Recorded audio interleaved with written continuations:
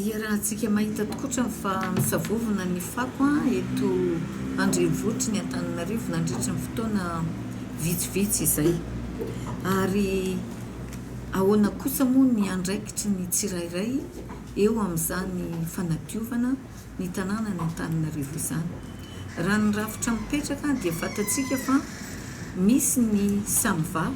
SAMVA dia orinasa iray izay napetraka anatanteraka ny asa fandrofana fako eto an-tampon-tanàna ny Antananarivo renivohitra. Ary manao an'izany ny SAMVA amin'izao fotoana ary hatramin'izay ary. Eo ihany koa ny commune urbaine ny Antananarivo araky ny didy amandalana izay fantatsika rehetra mahakasika ny collectivité territoriale décentralisée dia tompona andraikitra voalohany amin'ny fanadiovana ny tanàna ny ben'ny tanàna. Ka izay ny ataoko hoe ny eto Antananarivo dia ny ben'ny tanàna ny Antananarivo dia tompona andraikitra voalohany amin'ny fanadiovana ny tanàna. Izay ny lalàna ny didy amandalana mipetraka. Ary misy ihany koa ny rafitra iray dia ny filankevim-pitantanana ny SAMVA. Ny filankevim-pitantanana ny SAMVA dia maro ireo ministera na ny commune indrindra ao anatin'izany filankevim-pitantanana izany. Roa ny solotenan'ny ministeran'ny rano ny fanadiovana sy fidiovana ao anatin'ny filankevim-pitantanana ny SAMVA. Enina be zao ny solotenan'ny commune urbaine ny Antananarivo ao anatin'ny SAMVA. Ao ny chef de département ny voirie, ao ny chef de département financier, ary misy anankitelo hafa solotenan'ny département hafa ao anatin'ny commune urbaine ny Antananarivo. Ary ramatoa ben'ny tanàna ny filohan'ny filankevim-pitantanana an'izany SAMVA izany. Midika izany fa dia tompona andraikitra tanteraka ny ben'ny tanàna ny Antananarivo amin'ny fiarah-miasa amin'ny fanadiovana ny tanàna. Zareo ary ny tompona andraikitra voalohany indrindra satria ny ao anatin'ny filankevim-pitantanana no mametraka ny lalàna rehetra, ny paikady rehetra ary izay zavatra lamina tokony arahan'ny SAMVA eo amin'izany andraikitra izany. Ka gagahako raha miteny fa tsy tompona andraikitra ny tanàna ny ben'ny tanàna ny Antananarivo.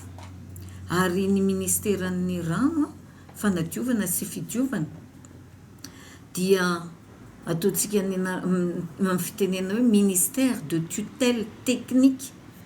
Ny ministeran'ny rano dia manana didy ihany koa ao anatin'izany fa dia ny fanaraha-maso ny fandehan'ny asa no andraikitra lehibe ananan'ny ministeran'ny rano fanadiovana sy fidiovana. Miverina kely ao anatin'le filankevim-pitantanana misy ministera maromaro ihany koa no tafiditra ao. Ao ny aménagement du territoire, ao ny décentralisation, ao ny lehiben'ny faritra Nalamanga, ao ihany koa ny travaux publics sy ny fahasalamana. Ary indrindra moa izay ato amin'ny rano izay misy solotena anankiroa ao. Ka raha ny andraikitry ny ministeran'ny rano ny fanadiovana sy fidiovana dia tutelle technique manara-maso ny asa izay tanterahana eo anivon'izany SAMVA raha ny fanadiovana ny tanàna ny Antananarivo. Ilaza isika hoe ahoana ny enti-manana amin'ny fanatanterahana an'izany asa izany. Betsaka ny feo mandeha fa dia tiako marihana eto fa ny commune Antananarivo renivohitra dia tompona andraikitra voalohany. Lazaina na eno atetsy ny resahan'ny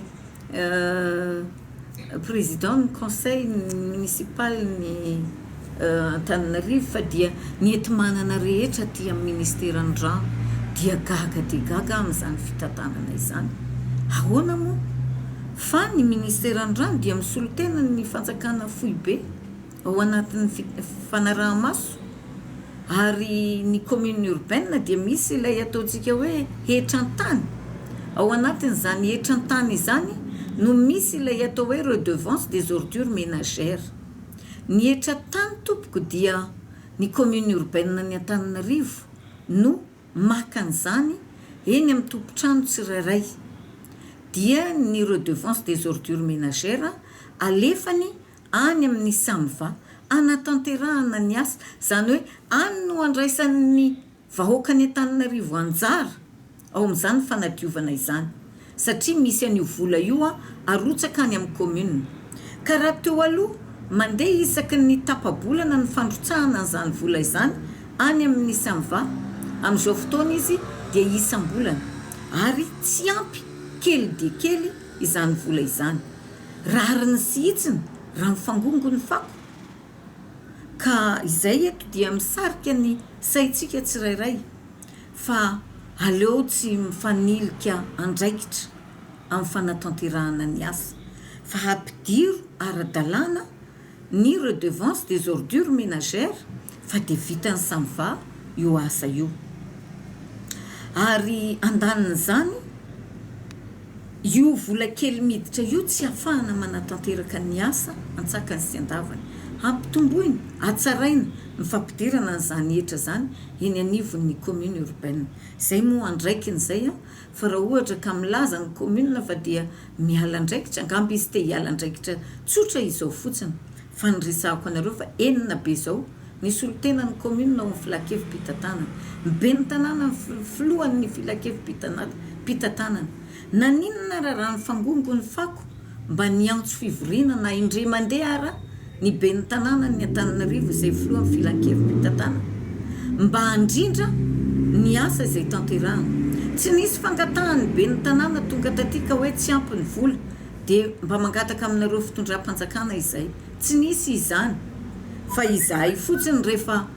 noho ny adidy sy andraikitra ampelatananay dia manara-maso rehefa nahita izahay fa mifangongo tokoa ny fako dia nanao fivoriana vonjimaika tato ampiasana andro tsy fiasana satria andro fety nandalo Noely isika dia nijery ny fomba namahana ny olana teny Andralanitra dia io bulle izay maty tao dia novelomina izany nafahana nanomboka ny asa indray amin'izao fotoana izao ary ny kondo ny ministra amin'ny anarany fitondram-panjakana izany niarahako tamin'ny ministère d'État izany niaraka tamin'ny ministère ny finance izany dia nijery izahay ahoana ny fandraisantsika anjara amin'ny fanamahana nyty olana ity raha toka hiala andraikitra ohatr'izao foana ny commune urbaine ny Antananarivo dia nanapa-kevitra izahay fa dia hoisy ny vola ho alefa any amin'ny samva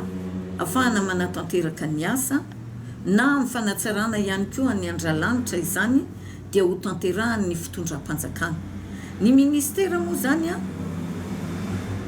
dia efa misy subvention